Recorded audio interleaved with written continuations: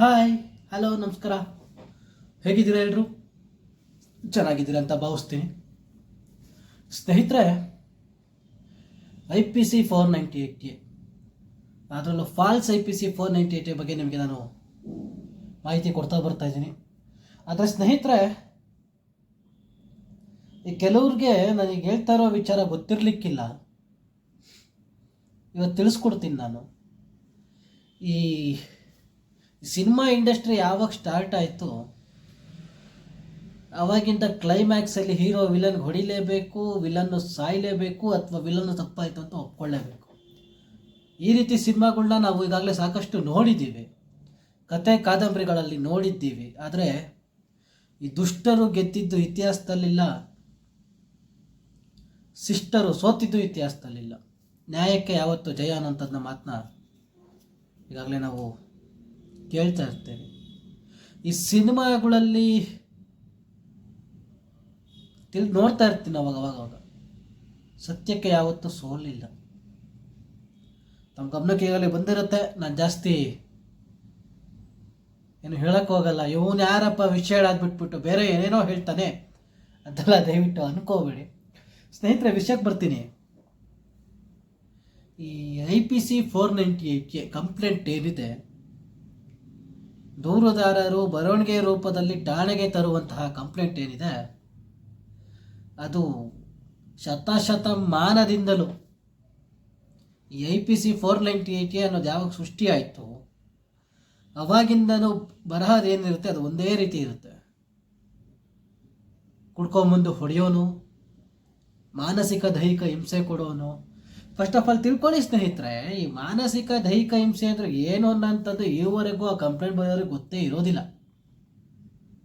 ಕುಡ್ಕೊಂಬಂದು ಹೊಡಿತಿದ್ದ, ಪಾಪ ಗಂಡ ಅಮಾಯಕ, ಅವನು ಕುಡಿತಿದ್ನೋ ಇರೋಲ್ವೋ ಅದೋ ಗೊತ್ತಿರಲ್ಲ. ಆದರೆ ಕಂಪ್ಲೇಂಟ್ ತಗೊಳ್ಬೇಕಾದ್ರೆ ಒಂದು ತಿಳ್ಕೊಳ್ಳಿ, ಇಲ್ಲಿ ಸುಳ್ಳಾಗಿದೆ, ಸುಳ್ಳು ಬರೆದಿದ್ದಾರೆ ಅಂತ ನೀವು ಪೊಲೀಸ್ನವ್ರಿಗೆ ಹೇಳೋ ಅಂಥ ಅವಶ್ಯಕತೆ ಏನು ಇರಲ್ಲ. ಯಾಕಂದರೆ ಕಾರಣ ಆ ಥರ ಎಲ್ಲ ಬರೀದಲ್ಲೇ ಇದ್ದರೆ ಅವರು ಫಸ್ಟ್ ಆಫ್ ಆಲ್ ಕಂಪ್ಲೇಂಟೇ ತಗೊಳ್ಳಲ್ಲ, ಎರಡನೇದು FIR ಆಗಲ್ಲ. ಶತಮಾನದಿಂದಲೂ ಬಂದಿರೋದು ಹಾಗೇನೆ. ಗಂಡ ಕುಡಿದು ಬಂದು ಹೊಡಿತಿದ್ದ, ದೈಹಿಕ ಮಾನಸಿಕ ಹಿಂಸೆ ಕೊಡ್ತಿದ್ದ, ಮುಖ್ಯವಾಗಿ ವರದಕ್ಷಿಣೆ ಕಿರುಕುಳ ಕೊಡ್ತಿದ್ದ. ಅಲ್ಲಿ ಅವ್ರಗಳಿಗೆ ತಿನ್ನಕ್ಕೆ ಅನ್ನನೇ ಇರೋದಿಲ್ಲ. ಸ್ವಂತ ಖರ್ಚಾಕೊಂಡು ಪಾಪ ಹುಡುಗನ ಮಗನ ಮದುವೆ ಮಾಡ್ಕೊಂಡಿರ್ತಾರೆ, ಆ ಹುಡುಗಿಗೂ ಏನು ಬೇಕು ಅದು ಕೊಟ್ಟಿರ್ತಾರೆ. ಈಗಿನ ದಿನದಲ್ಲಿ ಅದು ಹೇಗಾಗಿದೆ ಅಂದರೆ ಕಾಮನ್ ಆಗೋಗ್ಬಿಟ್ಟಿದೆ.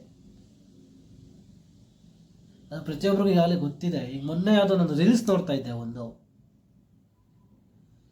ಹುಡುಗಿರ್ದು ಬಿಸ್ನೆಸ್ಸೇ ಅದಾಗೋಗಿದೆ ಅಂತ ಹೇಳ್ತಾ ಇದ್ರು. ನಾನು ಎಲ್ಲ ಹುಡುಗಿರನ್ನು ಅಲ್ಲೇ ಕಲಿತಾ ಇಲ್ಲ ಮಾನ್ಯ ಗೌರವಾನ್ವಿತ ಸ್ನೇಹಿತರೆ, ನೆನಪಿರಲಿ, ಎಲ್ಲ ಹೆಣ್ಣು ಮಕ್ಕಳನ್ನು ನಾನು ಅಲ್ಲೇ ಕರೆಯುತ್ತಿಲ್ಲ.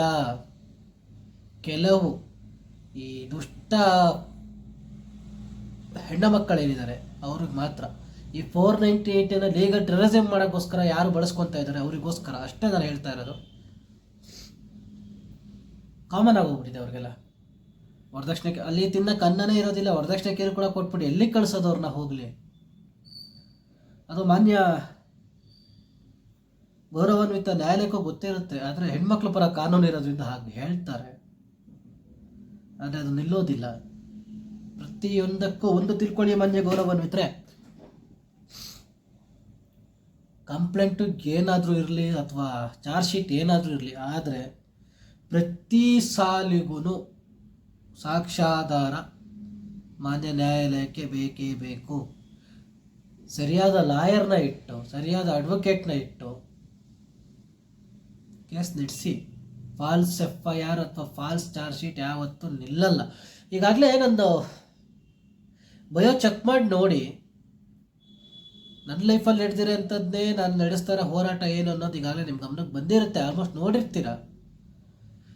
ಹಾಗೆ ಸತ್ಯನ ಸುಳ್ಳು ಮಾಡೋಕ್ಕೆ ಸಾಧ್ಯ ಇಲ್ಲ. ಹೋರಾಟ ಇದ್ದಿದ್ದೇ ಸ್ನೇಹಿತರೆ, ಮನುಷ್ಯ ಆದಮೇಲೆ ಹೋರಾಟ ಮಾಡಲೇಬೇಕು, ಜಯಿಸಲೇಬೇಕು. ಆದರೆ ಕೆಲವು ದುಷ್ಟ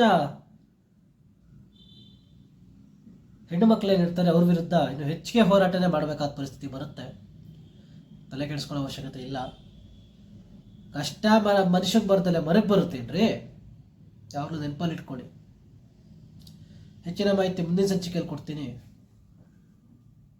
ನಮಸ್ಕಾರ ಬಂಧುಗಳೇ.